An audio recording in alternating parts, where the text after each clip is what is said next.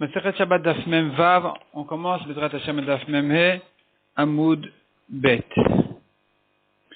La même Amoud Bet, à 4 lignes d'en bas, Aval Menorah, Veta Mamai, 3 lignes d'en bas, Veta Mamai.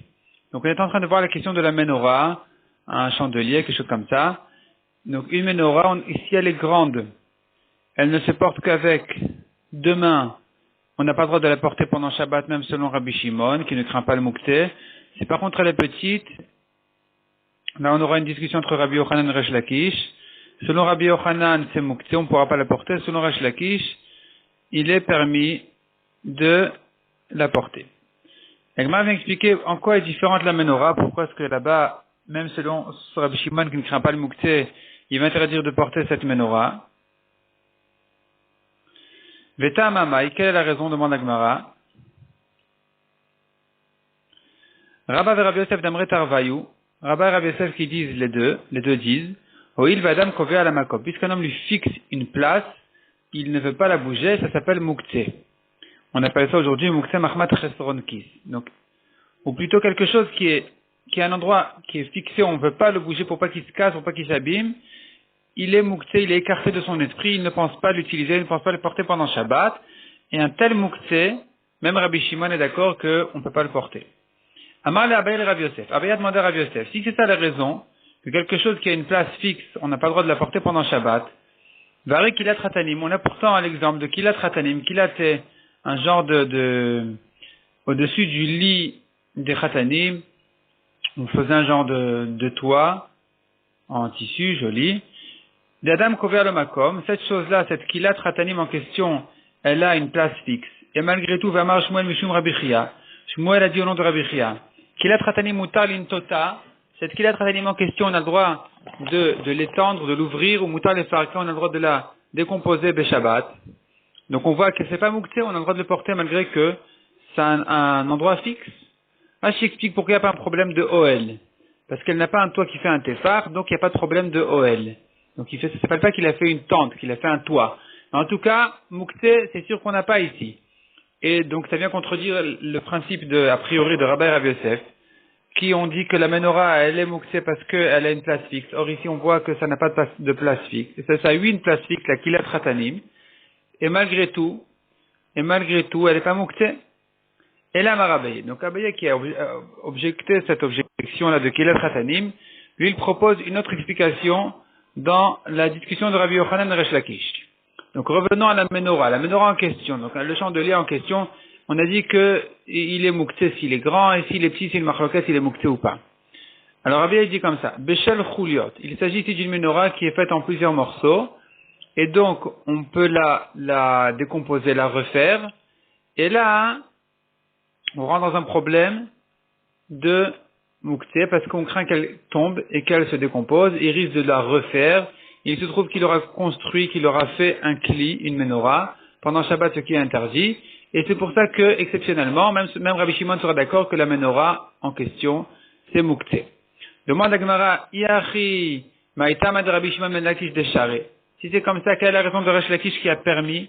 Pour quelle raison Resh Lakish avait-il permis la menorah en disant il n'y a pas de problème de Moukté, sauf si vraiment elle est grande et qu'on ne peut la porter qu'avec 2 mains? Pourquoi est-ce que si elle est petite, Resh Lakish ne craint pas le problème de Moukté? Répond la Gemara. Maï Chuliot ke'en Chuliot. Qu'est-ce qu'on voulait dire par que cette menorah elle est faite en morceaux? C'est pas vraiment en morceaux, ça veut dire qu'elle ressemble comme si elle est faite comme si elle avait été faite en morceaux. Deitba chidke. Elle a des petites fentes comme ça, des sillons comme si vraiment elle était faite en morceaux. C'est ça sa forme pour faire joli. Ils ont fait semblant qu'elle était composée de plusieurs morceaux. Donc ils ont fait des petites fentes dans la menorah en question. Et donc ça rappelle la menorah qui est faite de morceaux. Hilkar. Et donc, la Gemara vient conclure exactement quelles seront la halachot donc dans les menoroth. Chuliot, si elle est faite pour de vrai en morceaux, ben gdola ben ktana asura letaltela. Aussi bien grande que petite, ça sera Moukté, on n'aura pas le droit de la porter, comme on a dit, de peur qu'elle tombe, qu'elle se décompose, et il risque de la refaire pendant Shabbat. Gdola namideit bachidke, une menorah grande, qui a les petites fentes en question qui rappellent, qui font semblant comme si c'était de plusieurs pièces, elle est interdite aussi. Gzera atu gdola de chuliot. Les Chachamim ont décrété que cette menorah, elle est mouktée, de peur qu'il risque de permettre une grande menorah qui est faite de plusieurs pièces. Et donc, celle-là aussi, malgré qu'elle n'est pas faite de plusieurs pièces, mais puisque l'habitude, elle est de faire des grandes menorotes, de les faire de plusieurs morceaux, de plusieurs pièces, donc, dans tous les cas, c'est moukté. À partir du moment où il y a des fentes qui font semblant comme si c'était fait de plusieurs pièces, ça sera moukté. Qui pligue, bektana ditbachilke. Dans quel cas ils sont en machloket Resh Lakish et Rabbi Yochanan, dans une menorah petite qui se porte en une main, et qui a ces petites fentes, ces petits signes comme si elle avait été composée de plusieurs petits morceaux. C'est là la machloket. Mar savar gazrinan ou mar savar lo gazrinan. Rabbi Yochanan pense, on décrète, on l'interdit, de peur qu'il risque de porter une menorah qui est faite pour de vrai, de plusieurs pièces. Et Resh Lakish dit non, on ne craint pas, puisqu'une petite menorah, on n'a pas l'habitude de la faire de plusieurs morceaux. Alors, on n'a rien à craindre, elle ne sera pas mouktée. Cette petite menorah-là n'est pas mouktée. On peut la porter. Donc finalement, tout ça pour dire que Rabbi Assi, dans l'histoire qu'on a vue dans l'œuvre précédent, qui voulait pas porter la menorah, c'est pas parce qu'il craignait forcément moukté, mais c'est parce que la menorah, c'est exceptionnel, c'est une exception. Là-bas, tout le monde est bien d'accord, au moins dans une grande menorah, que si au moins elle a les traces comme si, les petites fentes comme si elle était faite de plusieurs pièces, là vraiment tout le monde est bien d'accord que c'est moukté. Demande à Gemara, Rabbi Yochanan Achi, est-ce que Rabbi Yochanan y pense comme ça vraiment? Est-ce que Rabbi Yochanan vraiment, il craint, comme on a vu dans l'œuvre précédente, que Rabbi Yochanan avait tranché la lacha comme Rabbi Yehuda qui craint vu le moukté?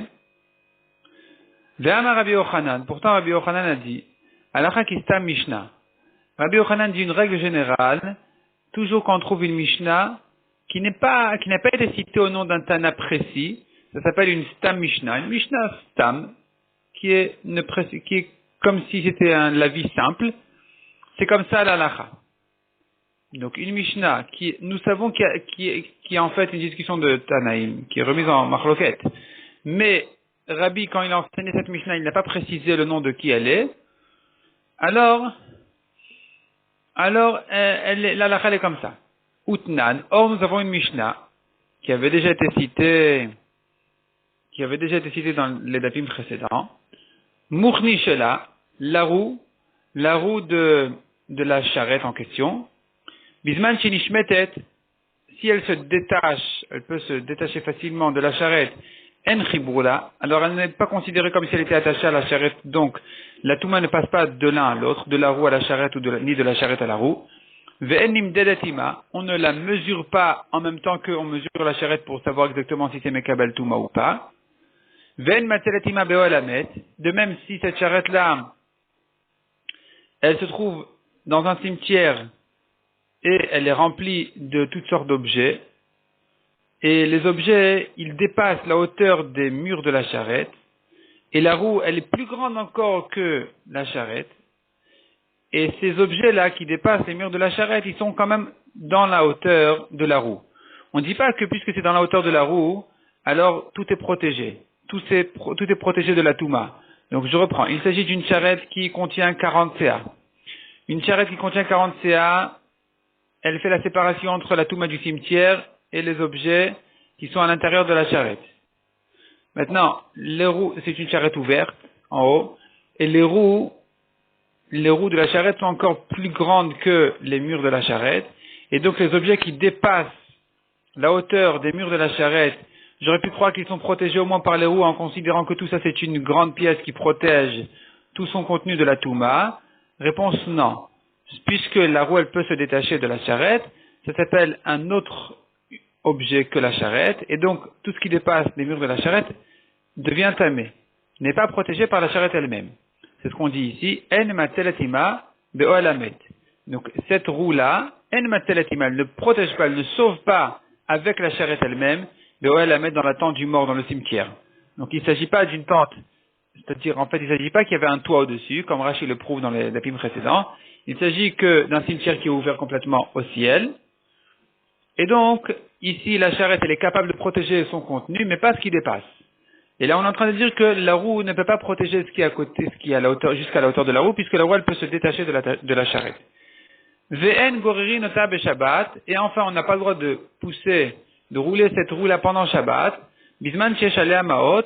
Au moment, si il y a des pièces d'argent sur la roue elle-même.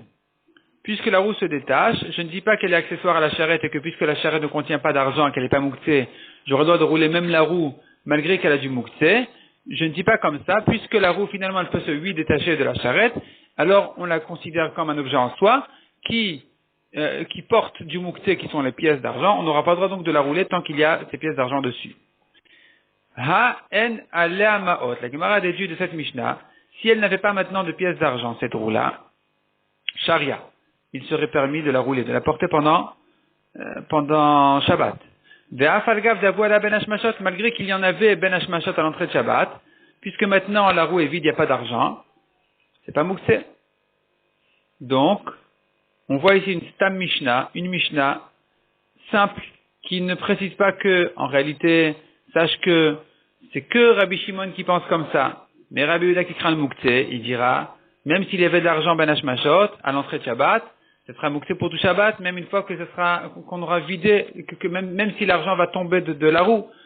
La Mishnah n'a pas précisé. Elle a dit tout court la vie de Rabbi Shimon. Donc, selon Rabbi Yochanan, qui avait dit en général halakha kista Mishnah, il devrait trancher l'halakha comme cette Mishnah, donc comme Rabbi Shimon.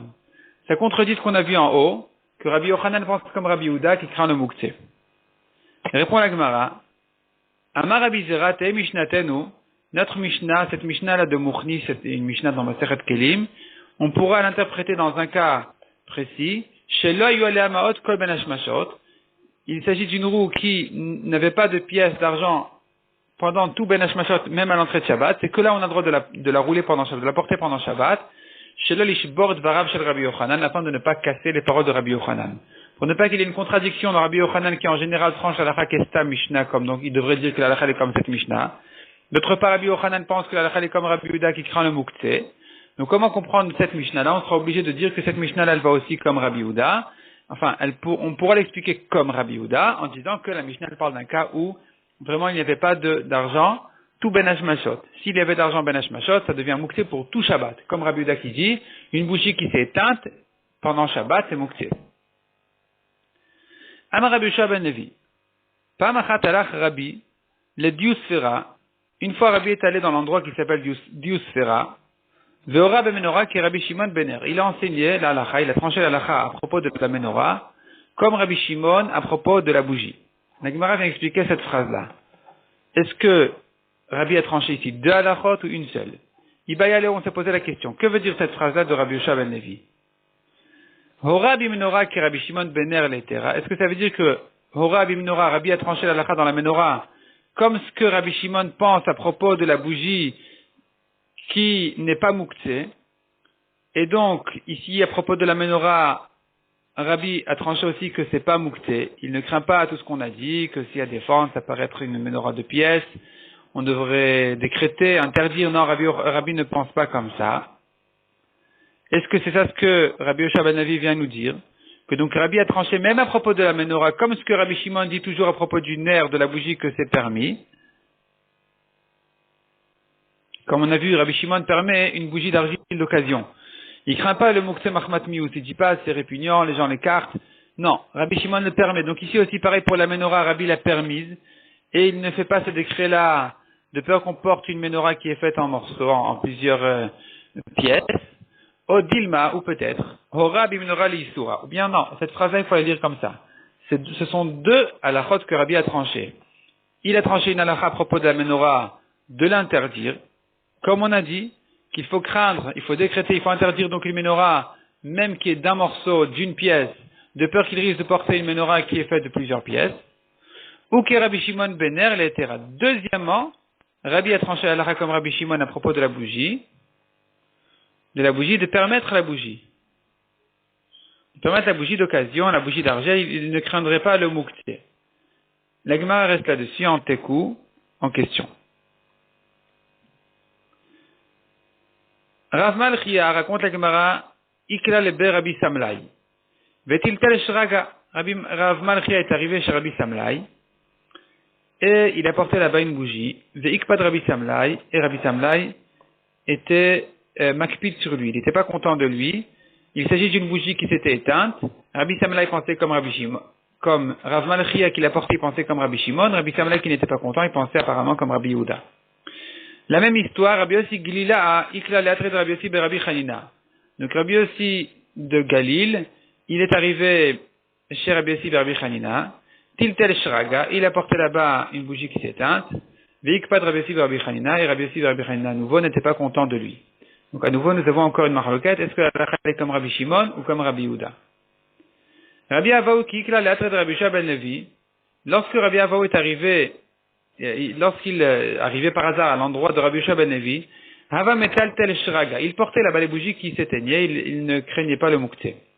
Kikla de de Rabbi Yochanan, quand il arrivait à l'endroit de Rabbi Yochanan, le Hava metal tel shraga, il ne portait pas une bougie qui s'était éteinte pendant Shabbat. La Gemara s'étonne, manafshach, que veux-tu? Qu'est-ce qu'il pense?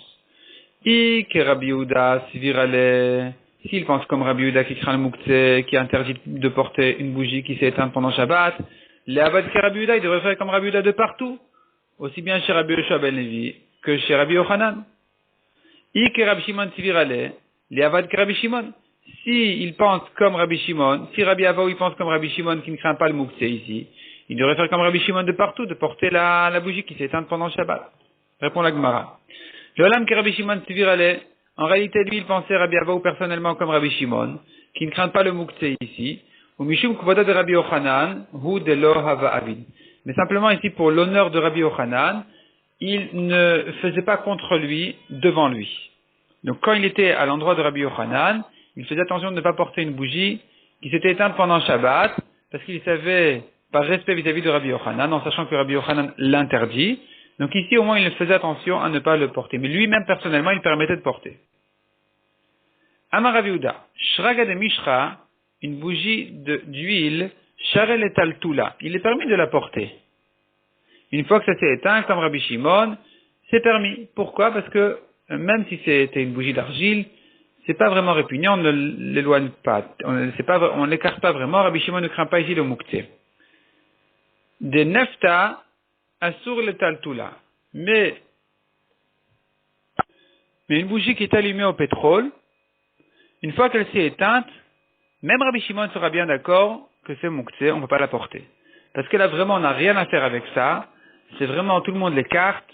Et donc, ça a une mauvaise odeur, tout le monde l'écarte. Et donc, là, vraiment, même Rabbi Shimon est bien d'accord que c'est interdit. Donc, des nafta asur le taltula.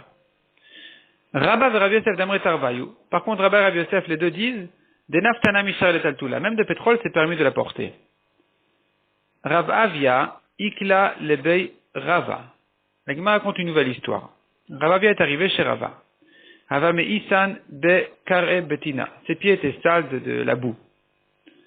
Ative apourié.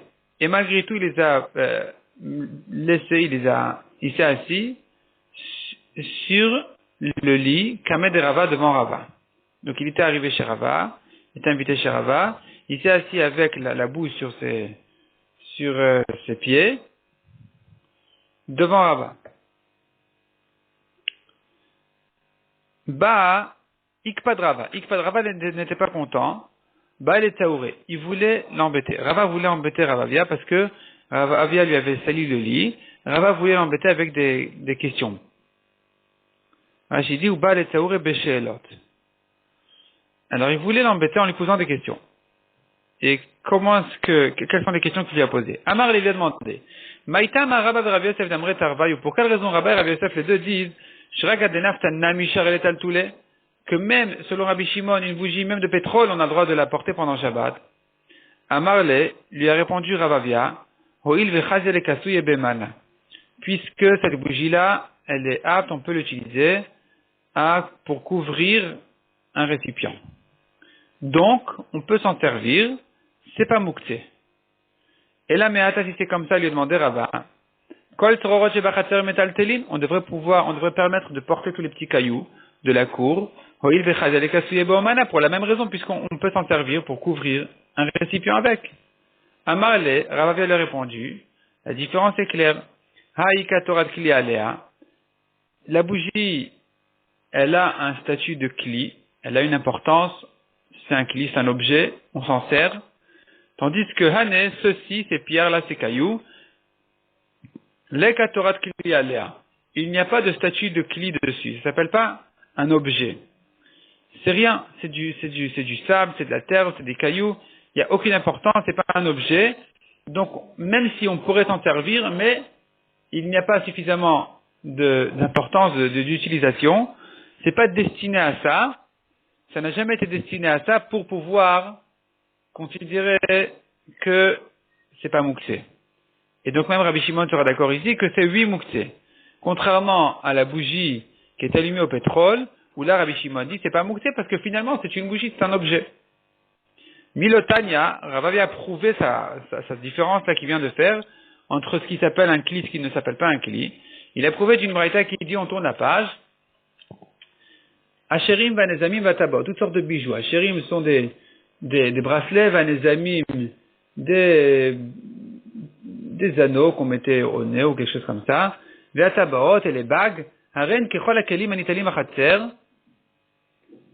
Ça fait partie de tous les kelim qu'on a le droit de porter dans une cour. Donc malgré que les Chachamim ont interdit de porter des bijoux, pas dans la main, évidemment, mais même une femme qui porte ses bijoux sur elle, elle sort avec ses parures au Reshut Arabim, c'est interdit. Les Chachamim l'ont interdit, de peur qu'elle risque de les sortir, de les montrer à ses amis. Maintenant, les porter dans la main, au Reshut Arabim évidemment c'est interdit, mais dans sa cour au moins ça sera permis. Pourquoi ? Parce que, bon, la cour c'est une propriété privée, fermée, c'est un domaine privé, on n'a pas de problème, c'est un Reshut Yachid.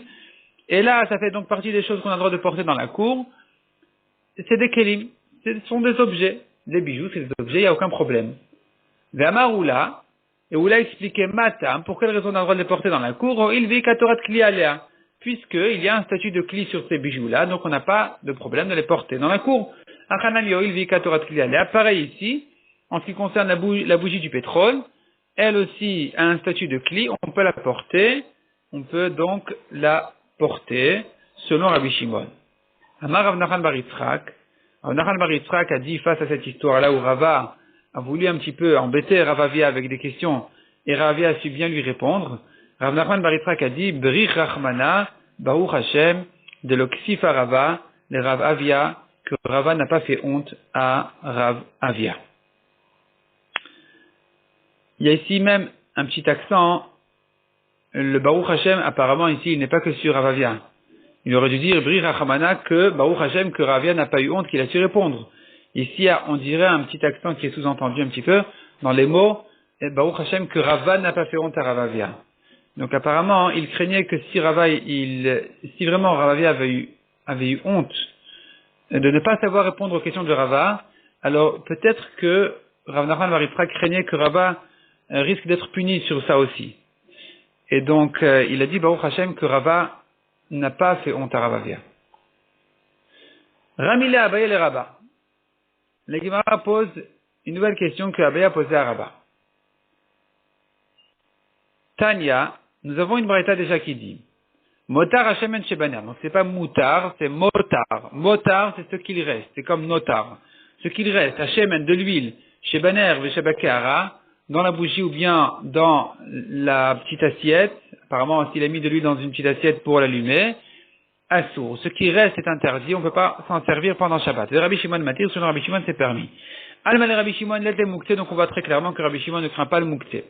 Veravinu, nous avons une contradiction à ça, que Rabbi Shimon dit. Rabbi Shimon Omer, Kol she'el mumon ikar me'erev yom tov. Donc ici, de quoi il s'agit? Il faut introduire. Il s'agit d'un bechor. Un bechor behema.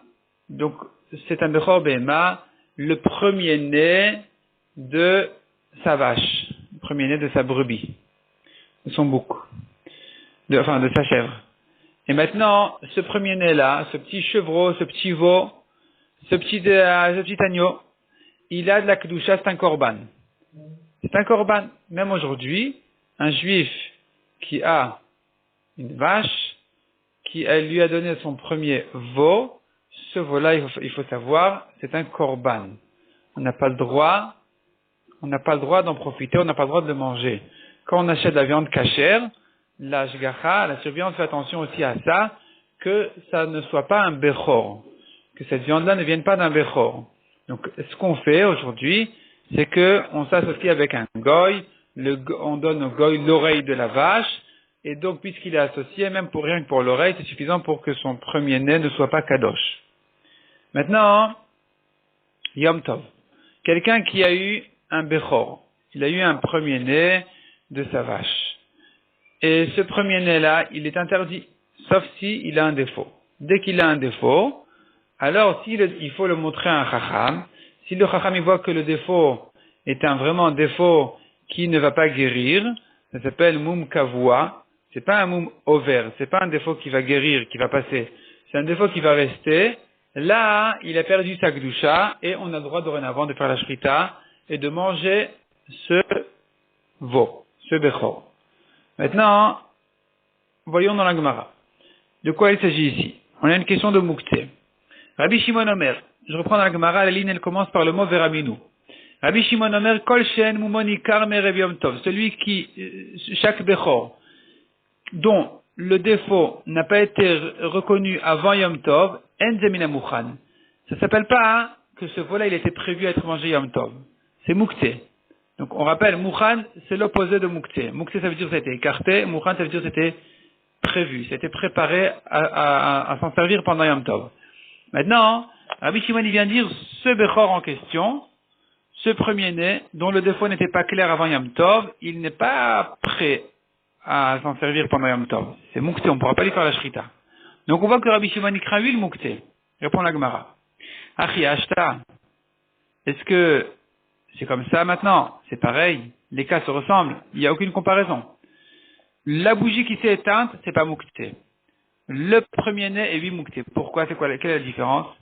Hatam, là-bas, à propos de la bougie, Adam Yoshev ou Metzapé, un homme, il, entre guillemets, s'assoit et attend, et Matai Tirbenero. Il s'attend plutôt, disons, que sa bougie va s'éteindre finalement. Il sait que sa bougie, elle doit s'éteindre finalement, et que donc il va lui rester de l'huile.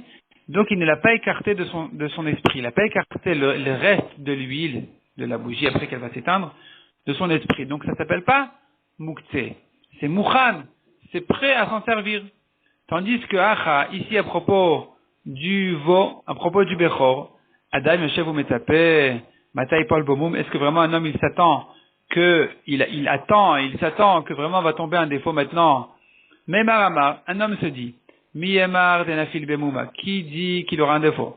Ibn Tselomar denafil bemouma, et si vraiment tu veux dire qu'il aura un défaut, Miyemar denafil bemoum kavua, qui dit que ce sera un défaut fixe? Peut-être que ça sera un défaut qui va guérir, qui peut passer, et donc ce ne sera pas le défaut qui va le permettre. Ibn Tselomar denafil bemoum kavua, et même si tu veux dire que vraiment il aura un défaut fixe, Miyemar de Mizdak le Chacham, qui a dit que je trouvais le Chacham qui va venir le permettre? Donc un homme se dit, les chances que je puisse profiter de ce veau-là pendant Yom Tov sont vraiment nulles. Il n'y a vraiment quasiment aucune chance. Et donc là, il a complètement écarté de sa tête. Tandis que la bougie s'éteigne, ça arrive tout le temps, il s'attend à ça, et donc il n'a pas écarté de sa tête, de son esprit, les restes de l'huile. Donc finalement, les restes de l'huile, c'est pas Moukté, le Bechor est oui Moukté, il n'y a pas de contradiction. Metiv Rami Bar Chama. Deuxième objection que Rami Bar Chama pose. Mefiri Nedarim Beshabbat. Un mari a le droit d'annuler les Nedarim, certains Nedarim que le mari peut annuler de sa femme pendant Shabbat. Venish Ali Nedarim Shen Etor HaShabbat. Et d'ailleurs, un homme peut aller chez le Chacham, lui demander de lui permettre de lui ouvrir, lui annuler ses Nedarim s'il en a besoin pendant Shabbat. Ve'amai. Pour quelle raison on permet au mari d'annuler les Nedarim de sa femme? Lema, on devrait dire que c'est Mouktsé. Donc une femme qui a dit, je ne mange pas de ces oranges ce Shabbat. Je ne mange pas ce Shabbat le repas de midi. La Souda de Shabbat, je ne la mange pas. Je veux rien manger ce Shabbat, et disons que ces aliments lui appartiennent, selon une explication dans Tosfot, ça lui appartient à elle, que à elle. Elle peut les interdire. Au moment où elle les a interdits, ça devrait être Mouktsé. qu'est-ce que tu vas dire? Elle s'attend que son mari va lui annuler ses vœux? On devrait dire que non. De même qu'un homme ne s'attend pas que le Chacham va lui permettre son Bechor, ici aussi on devrait dire pareil qu'une femme ne s'attend pas que son mari lui annule ses vœux. Ve'amai. Et pourquoi on permet donc au mari d'annuler les Nedarim de sa femme pendant Shabbat? Leima, on devrait dire, Miyemar de Mizdek la Baal, de même qu'on a dit en haut, on avait dit, qui dit que le Chacham va venir me permettre mon veau? Ici aussi, la femme, elle doit se dire, qui dit que mon mari il va m'ouvrir, me permettre mes Nedarim? Peut-être qu'il ne voudra pas. Donc vraiment, c'est Mouktsé. On devrait dire que c'est Mouktsé même selon Rabbi Shimon. Comment est-ce qu'on a permis au mari, d'annuler les Nedarim de sa femme? Il répond la Gemara, Hatam, qui est de Rav Pinchas, Mishme de Rava. Là-bas, non. Là-bas, c'est comme Rav Pinchas qui a dit au nom de Rava, que, Kol hanoderet adat balay noderet. Une femme qui fait un neder, elle le fait avec l'intention que son mari soit d'accord. Et donc, elle compte sur lui, elle s'appuie sur son mari, que certainement, il va lui traiter son cas, il va lui s'occuper de ses Nedarim, et donc il se peut tout à fait qu'il va les annuler, et donc c'est différent du Chacham. Quelqu'un qui a un Bechor, il va chercher le Chacham, il ne sait pas s'il va trouver, il ne sait pas si le Chacham voudra s'en occuper, le Chacham lui dira demain, on y pensera demain, on verra demain, ou je ne sais pas exactement, il n'est pas sûr du tout que le Chacham, qu'il va trouver un Chacham qui va lui permettre le Bechor. Tandis qu'une femme, quand elle fait un Neder, elle le fait avec l'intention de son mari, elle le fait en s'appuyant sur son mari. Et là, elle se dit que certainement, il pourra s'en occuper, il est très probable qu'il va me l'annuler, et donc, c'est pas Mouktsé. Tashma, la Gemara vient à nouveau objecter de la suite de cette même Mishnah, qui dit, Nish'alin indarim shel tzorech ha-shabbat be-shabbat. On a vu qu'il est permis d'aller chez le Chacham pour lui demander d'annuler ses vœux pendant Shabbat, s'il en a besoin pendant Shabbat. Par exemple, un vœu qui concerne Shabbat, il a besoin de manger et il s'interdit de manger ces choses-là. Et donc, puisque c'est nécessaire pour Shabbat, on a le droit de l'annuler même pendant Shabbat. Ve'amai, pour quelle raison?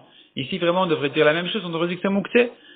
Leima, un homme qui s'est interdit Sechalot pendant Shabbat, il devrait dire que ces Mouktsé les a complètement écartés de sa tête, c'est que à lui, et lui il les a écartés complètement, donc finalement ça devrait être Mouktsé.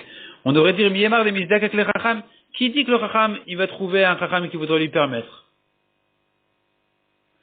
Répond la Gemara, Hatam, il est Mizdak avec le Chacham, là-bas si le Chacham ne va pas venir s'occuper de lui, Sagele de Gimel Idiotot.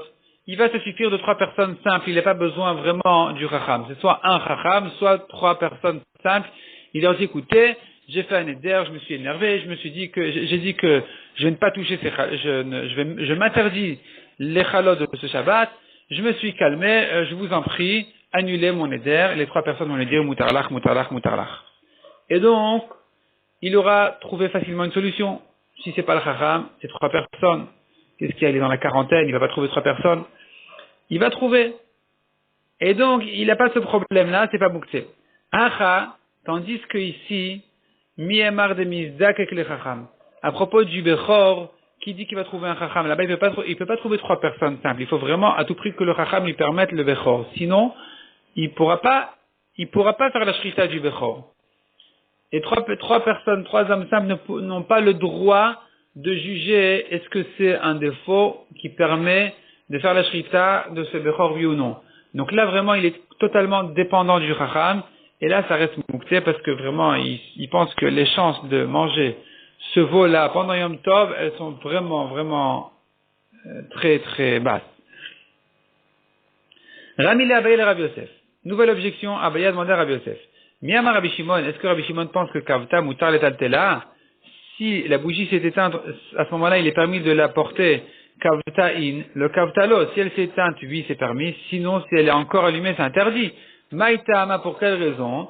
Dilma Badedenakitla, on craint que pendant qu'il la porte, Kavta, elle risque de s'éteindre, donc finalement il se trouve qu'il a éteint pendant Shabbat une bougie. Hashaminan el Rabbi Shimon, pourtant on sait bien que Rabbi Shimon, on l'a entendu dire, de Amar Davar Shel Mitkaven Mutar, Rabbi Shimon il tient en général que quelqu'un qui a fait une avéra sans avoir l'intention de la faire, il voulait faire autre chose et l'avéra s'est faite, c'est permis. Donc ici on devrait dire, moi je ne fais que porter une bougie allumée. Et alors, si elle s'éteint, c'est pas de ma faute. Je voulais pas l'éteindre. Je voulais l'amener de la cuisine au salon. Du salon à la cuisine. Et alors, je pensais pas du tout l'éteindre. Si elle s'est éteinte, j'ai rien fait de mal. Comme ça, Rabbi Shimon y pense. D'abord, chez Mitkaven, Moutar. Quelque chose qui a été fait sans avoir l'intention de le faire, dans les Melachot de Shabbat par exemple, ou dans d'autres avérotes aussi, comme on verra ensuite, c'est permis. Donc, pour quelle raison il interdit de porter pendant Shabbat une bougie allumée?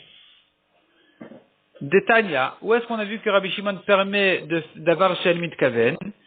Détania, qu'on a une braïta qui dit, Rabbi Shimon Omer, Gorer Adam, un homme a le droit de tirer qui c'est une chaise, mita, un lit, le safsal ou un banc, ou bilvad shelo yitkaven asot harit, à condition qu'il n'ait pas l'intention de faire là-bas un sillon dans la terre. Et donc même si ça a été fait, on ne dit pas il a creusé pendant Shabbat, c'est permis. Donc on voit que Rabbi Shimon permet d'avoir shel mitkaven. Pourquoi est-ce qu'ici Rabbi Shimon interdit de porter une bougie allumée? Répond la Gemara. Kolecha dechimichaven. Ça dépend. Si on regarde comme on vérifie. Est-ce que s'il avait fait avec intention, il aurait transgressé un deoraita ou un derabanan? Si on dit, s'il s'agit d'un cas, et que s'il avait fait avec intention, il aurait transgressé un deoraita, un travail interdit de la Torah, là, même sans intention, les chachamim vont l'interdire, comme par exemple éteindre la bougie. Tandis que dans le cas où, s'il avait fait avec intention, il n'aurait pas transgressé un deoraita, là, les chachamim vont permettre de le faire sans intention, comme par exemple, quelqu'un qui veut creuser. Il veut creuser, comment il va creuser dans la terre? Est-ce que vraiment quelqu'un qui veut faire un sillon, il va chercher un banc, il va le tirer sur la terre, c'est comme ça qu'on fait un sillon, c'est pas comme ça du tout. Ça s'appelle kil achariad ou beshinouy. Il a fait un changement très important. C'est pas la manière normale de faire ce travail-là, en général. Or, à propos des melachot de Shabbat, la Torah n'interdit que ce qui s'appelle melechet marchevet, un travail qui a été fait de manière importante, de la manière habituelle, de la manière importante dont on le fait. Pas qu'il acharia du côté de la main, avec le dos de la main, il a fait quelque chose. Ça s'appelle pas, c'est pas comme ça qu'on fait un travail normalement. Ça, la Torah n'a pas interdit pendant Shabbat, interdit que midérabanan. Les chachamim l'ont interdit. Et donc une chose pareille, comme par exemple ici de tirer un banc, ou même s'il avait fait avec intention, il voulait vraiment faire le sillon ici, ça n'aurait été interdit que midérabanan. Maintenant qu'il n'a même pas eu cette intention-là, ça sera permis. Tandis que d'éteindre la bougie, que s'il l'avait fait avec intention, ça aurait été interdit de la Torah. Quand il le fait sans intention, c'est permis. C'est ça, oui. S'il avait éteint la bougie avec intention, ça aurait été interdit de la Torah. Quand il l'a fait sans intention, c'est interdit. Donc je reprends. La bougie, qui, si on l'éteint avec intention, c'est de Oraita, c'est Minatora. Alors, sans intention, c'est interdit des Rabbanan. Tandis que le sillon, si on l'avait fait en tirant le banc, même avec intention, ça n'aurait pas été un deoraita, ça n'aurait été qu'un derabanan. Alors, quand ça a été fait sans intention, c'est permis. C'est permis. Donc, c'est ce que la Gemara dit ici. Kol hecha, partout où, dechimi chaven, que s'il est fait avec intention, ika isura deoraita, il y a une interdiction de la Torah, qu'il a mis chaven, lorsqu'il est fait sans intention, Gazar Rabbi Shimon midérabanan, Rabbi Shimon l'a décrété, il a interdit midérabanan. Kolecha, tandis que partout où, Nechimicha venika isura de Rabanan, que s'il avait fait même avec intention, ça n'aurait été qu'un isur de Rabanan. Kilomicha ven shari Rabbi Shimon echatrila. Quand il a fait sans intention, Rabbi Shimon le permet a priori. Metiv Rava l'objecte. Rava objecte cette différence de cette réponse-là. Mochrek sout, les marchands d'habits. Mochrin kedarkan ont le droit de s'habiller des vêtements qu'ils veulent vendre, même s'il y a un mélange de lin et de laine. Ou bilvat shelet kaven, mais à condition qu'il n'ait pas l'intention d'en profiter, bachana ipnachama, au soleil, de se faire de l'ombre. Il a un chapeau, il a un joli chapeau. Ce joli chapeau, il veut le vendre à des goïms, mais malheureusement, il y a du lin et de la laine, un mélange de lin et de laine, donc c'est shatnez, c'est kilaïm, et il n'a pas le droit de la Torah de le porter si vraiment il avait l'intention de le porter pour s'habiller avec. Et là, où il ne le porte que pour le vendre, sa tête ne sert ici que de petits crochets pour suspendre le chapeau à vendre dessus, pour montrer à tout le monde comment il est joli, le chapeau. Là, ça s'appelle pas qu'il a porté un chapeau pour s'habiller avec. La Torah ne l'a pas interdit. Donc il n'a pas l'intention, c'est permis, même si ça lui fait de l'ombre. Et donc, il est permis, comme on dit, à condition qu'il n'ait pas l'intention, bachama au soleil de se faire de l'ombre du soleil, ou bakshamim, ni aux pluies, il porte un manteau de Shahatnes, de Kilaïm, pour le vendre à des goïms, et il n'a pas l'intention, pendant les pluies, de s'en protéger, des pluies. Là, ça sera permis. Vatnouin, mais les tzadikim, eux, mafshilin, bemakel, la horen. Les tznouin, les modestes, eux, ils se comportent toujours mieux, et donc, eux, ils préfèrent suspendre le manteau sur un bâton derrière eux, et le porter de cette manière-là. Mais en tout cas, selon la halakha, c'est permis. D'après cette braïta, c'est permis dans la halakha. Ve'acha, or ici, demande la Gemara, s'il avait eu l'intention, Isura d'Oraitaïka. Il y aurait eu ici même un Isur de la Torah. C'est interdit de la Torah s'il avait eu l'intention de porter cet habit, ce vêtement, comme un vêtement pour lui-même. S'il avait l'intention de se protéger du soleil, des pluies, avec ce vêtement-là de Shahatnez, ça aurait été interdit de la Torah. Et malgré tout qu'il a mis Chaven, quand il n'a pas l'intention, Charé Rabbi Shimon, et Khatri la Rabbi Shimon ne permet a priori. Donc, on voit ici que même quelque chose qui est interdit de la Torah, s'il a été fait sans intention, Rabbi Shimon ne permet. Ne me dis pas que Rabbi Shimon interdit donc de porter une bougie allumée, de peur qu'elle s'éteigne. Et alors, si elle s'éteint, même si c'est un issour de la Torah, Rabbi Shimon devrait le permettre quand ça a été fait sans intention. Donc finalement, on comprend pas. On comprend pas pourquoi est-ce que Rabbi Shimon, il n'a pas autorisé de porter une bougie allumée pendant Shabbat. Et là, Rava vient avec une nouvelle réponse, une nouvelle explication. Hanar, l'ener shemenuptila, laisse la bougie, le récipient avec l'huile et la mèche, au il denaasa basis et de varasur. Tout ça est accessoire à la flamme. Tout ça, le récipient, l'huile, la mèche, elles sont toutes basis, le support de la flamme. Et puisque tout est le support de la flamme, tout devient un sourd comme la flamme. La flamme est interdite, donc, mais automatiquement tout le reste est interdit aussi, comme un moukté, ça devient moukté à cause de la flamme. Donc tant qu'elle est allumée, Rabbi Shimon dit que c'est moukté. Non pas parce que ça risque de s'éteindre. Rabbi Shimon ne craint pas du tout que ça s'éteigne, c'est pas grave. Ça s'appelle Davar Shenomit Kaven, il n'a pas eu l'intention, et là, ça devrait être permis, comme on a prouvé même dans un Deoraita. Ici, le problème n'est pas celui-là, le problème il est que tout ça c'est pour de vrais moukté, parce que tout sert de base et de support à la flamme qui est moukté. Donc c'est là où Rabbi Shimon dira, tant que c'est allumé, c'est moukté. Si ça s'est éteint, là, Rabbi Shimon permet déjà, ne craint plus le moukté.